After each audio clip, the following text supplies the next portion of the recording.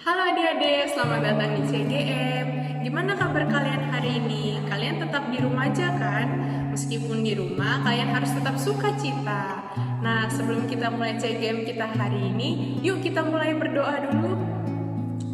Oh Tuhan Yesus, oh Tuhan Yesus, oh Tuhan Yesus, Tuhan terima kasih, Engkau Allah yang menyertai kami. Oh setiap hari, oh Engkau menjaga kami. Tuhan, hari ini kami mau mendengar firman-Mu. Dapatkan kami boleh memiliki telinga seorang murid yang setia mendengar firman-Mu. Tuhan Yesus, terima kasih Tuhan. Amin.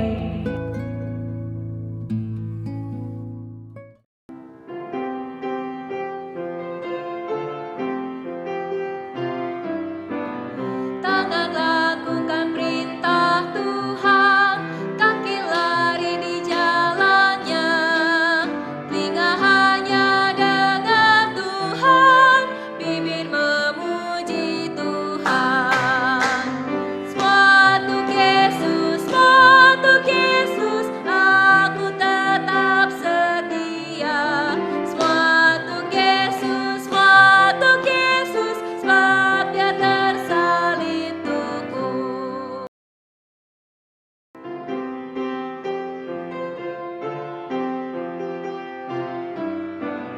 Mata suka baca Alkitab, lutut untuk sembah Allah. Pikiran belajar firman-Nya, hati percaya Tuhan. Semua untuk Yesus, aku tetap setia. Semua untuk Yesus, sebab Dia tersalib untukku.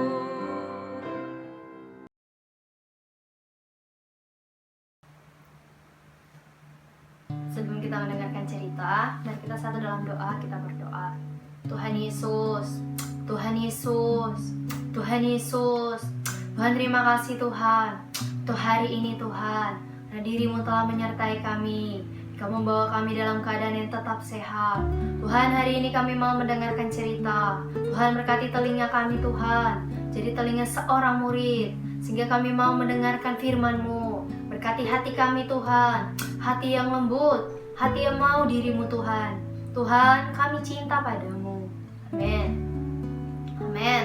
Puji Tuhan. Adik-adik, minggu kemarin Kak Vita cerita tentang karakter tulus. Hari ini Kak Vita mau melanjutkan cerita tentang karakter tulus. Nah, judul cerita kita hari ini adalah Menara Miring. Oh, kenapa ya menaranya disebut menara miring? Kita dengerin baik-baik ya adik-adik. Jadi, ada sebuah menara berada di negara Italia, tepatnya di kota Pisa. Nama menara itu adalah Menara Pisa. Kenapa dinamakan Menara Pisa? Karena sesuai dengan nama kota.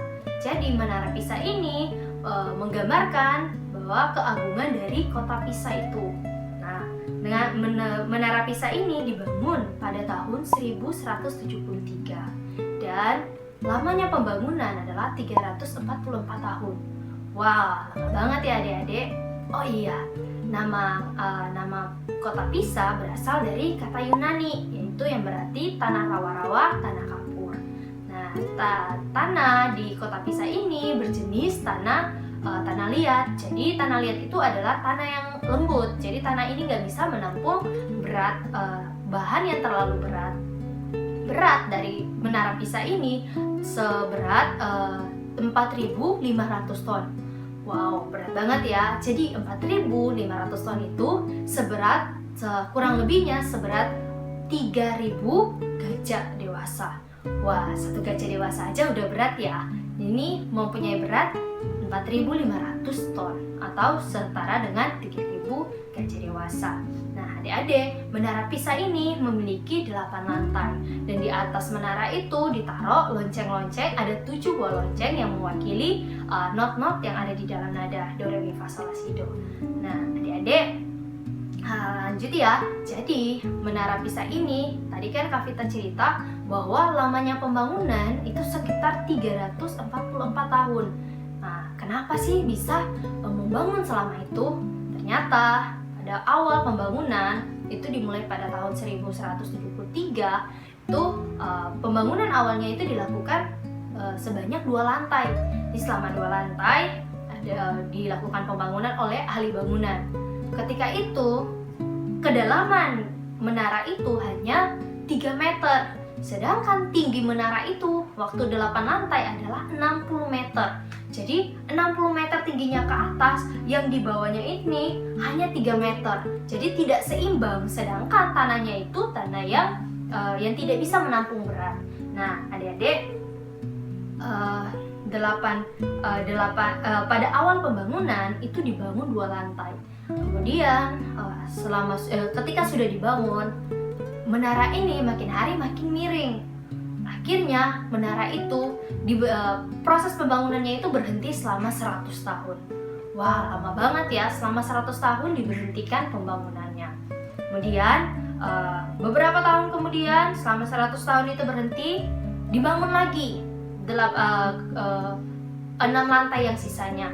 Tapi dalam pembangunan yang kemudian, ahli bangunan ini melihat bahwa tadi kan sudah miring, ini seharusnya kan menaranya begini, sudah miring begini. Kemudian di bagian yang miring ini, ahli bangunan mengatakan dia perlu menggali di bawah, menggali jalan di bawah, kemudian dia menaruh beban yang lebih berat di sesuatu yang miring ini, di bagian yang miring ini, supaya dengan anggapannya menara ini bisa tegak kembali. Tapi ternyata adik-adik, pembangunan itu juga gagal.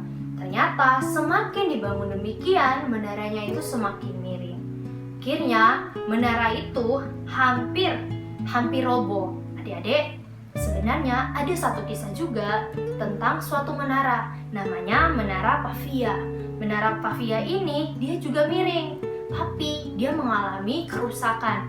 Akhirnya menara ini ambruk, menara ini roboh. Pada bulan Maret, tepatnya tanggal 17 Maret 1989, tiba-tiba menara ini roboh. Menara Pavia ini roboh. Dia roboh dan karena tidak tanda-tanda kerobohannya, ambruknya itu tidak kelihatan. Akhirnya ada 4 orang di dalam menara itu yang mati dan 15 orang luka-luka. Nah, ketika pemerintah di kota Pavia ini melihat bahwa ada menara yang roboh, mereka nggak mau kalau seandainya menara Pisa ini juga roboh. Untuk itu, mereka membuat perbaikan demi perbaikan. Adik-adik, tahu nggak mereka menghabiskan 500 miliar. 500 miliar itu jumlah yang sangat banyak. Kalau seandainya dibuat jadi duit 100.000, mungkin bisa 1 rumah atau perlu 1 kamar. Jadi 500 miliar itu banyak banget. Nah, kemudian kenapa sih harus melakukan perbaikan yang begitu banyak, keluar duitnya? Ternyata karena kerusakan yang terjadi itu makin hari makin parah. Menara ini tidak terus tegak. Para pemerintah harus terus memantau, jangan sampai menara ini terus miring akhirnya ambruk. Nah, menara ini dibangun di samping gereja di kota Pavia itu dan juga di samping pemakaman. Adik-adik, pembangunan perbaikan setelah 100 tahun, setelah sudah jadi 8 lantai, pembangunannya itu dilakukan selama 10 tahun. Nah, sebenarnya jadi pemerintah juga membuat alat-alat yang canggih, para sensor untuk memantau kemiringan menara ini. Kalau seandainya menara ini sudah mulai miring, maka mereka akan melakukan perbaikan lagi. Nah, kenapa sih menara Pisa ini bisa disebut menara miring? Ya benar, karena bentuknya miring. Tapi kenapa dia bisa berbentuk miring? Pertama, karena ahli bangunan tidak dengan cermat, tidak dengan teliti pada awal membangun. Adik-adik, ketika dia merancang, dia tidak dengan teliti, dan ketika dia membangun, dia tidak dengan sungguh-sungguh. Dia tidak penuh dengan perhitungan. Menurut dia, ya sudah, baik-baik aja. Kalau seandainya rusak, masih bisa diperbaiki.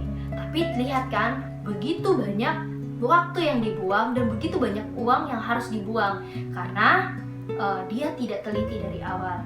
Adik-adik, pastikan, kita harus belajar memastikan ketika kita melakukan sesuatu, jangan menyimpang, jangan tidak melakukan perhitungan. Ketika kita mau melakukan sesuatu, harus belajar memperhitungkannya.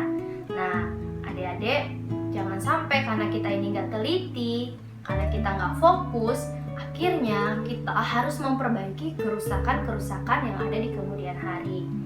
Nah, untuk itu kita mau belajar nih dalam perkara mengikut Tuhan. Kita juga nggak boleh sembarangan. Ketika kita mengikut Tuhan, kita perlu menjadi orang yang fokus. Ketika Tuhan minta apa, kita harus melakukan apa. Contohnya, ketika kita mau mendengarkan cerita, ketika kita mau doa, jangan sampai doa sambil main game gini. Oh Tuhan Yesus, oh Tuhan Yesus. Tidak bisa demikian. Atau baca Alkitab sambil nonton. Jadi lagi nonton tapi sambil baca Alkitab. Baca Alkitab satu pasal, sambil nonton. Gak boleh demikian. Mengikut Tuhan perlu menjadi orang yang fokus. Ketika datang kepada Tuhan, harus belajar dengan hati yang tulus, dengan pikiran yang fokus, dengan tekad yang kuat. Nah, untuk minggu ini kita mau belajar lagi 3 perkara. Yang pertama, perlu meluangkan waktu untuk membaca firman Tuhan. Kalau seandainya kita sudah bisa untuk mendoa kebacakan firman, kita harus belajar untuk mendoa bacakan firman. Yang kedua, kita perlu belajar untuk saat belajar, saat makan harus melakukan satu perkara saja. Tidak boleh saat belajar melakukan belajar sambil makan atau makan sambil tidur. Harus melakukan satu perkara saja. Itu baru dinamakan melakukan dengan tulus. Yang ketiga, kita perlu belajar menyelesaikan pekerjaan.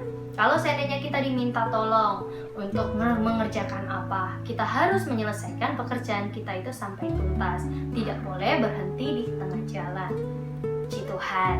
Sekarang kita hafalannya. Hafalan kita dari kitab Perjanjian Lama, kitab Ulangan pasal 5 ayat 32. Ikutin Kak Vita ya. Maka lakukanlah semuanya itu. Maka lakukanlah semuanya itu dengan setia. Dengan setia. Setiap seperti yang diperintahkan kepadamu oleh Tuhan Allahmu. Seperti yang diperintahkan kepadamu oleh Tuhan Allahmu. Janganlah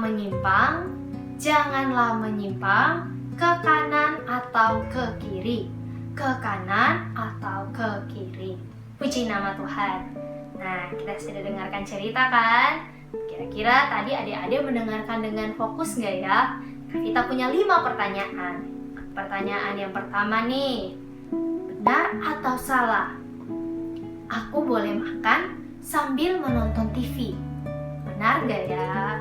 Yang kedua, benar atau salah? Aku membaca Alkitab hanya karena disuruh mama. Yang ketiga,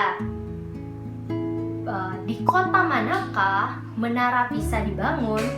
Di kota dan negara manakah menara Pisa ini dibangun?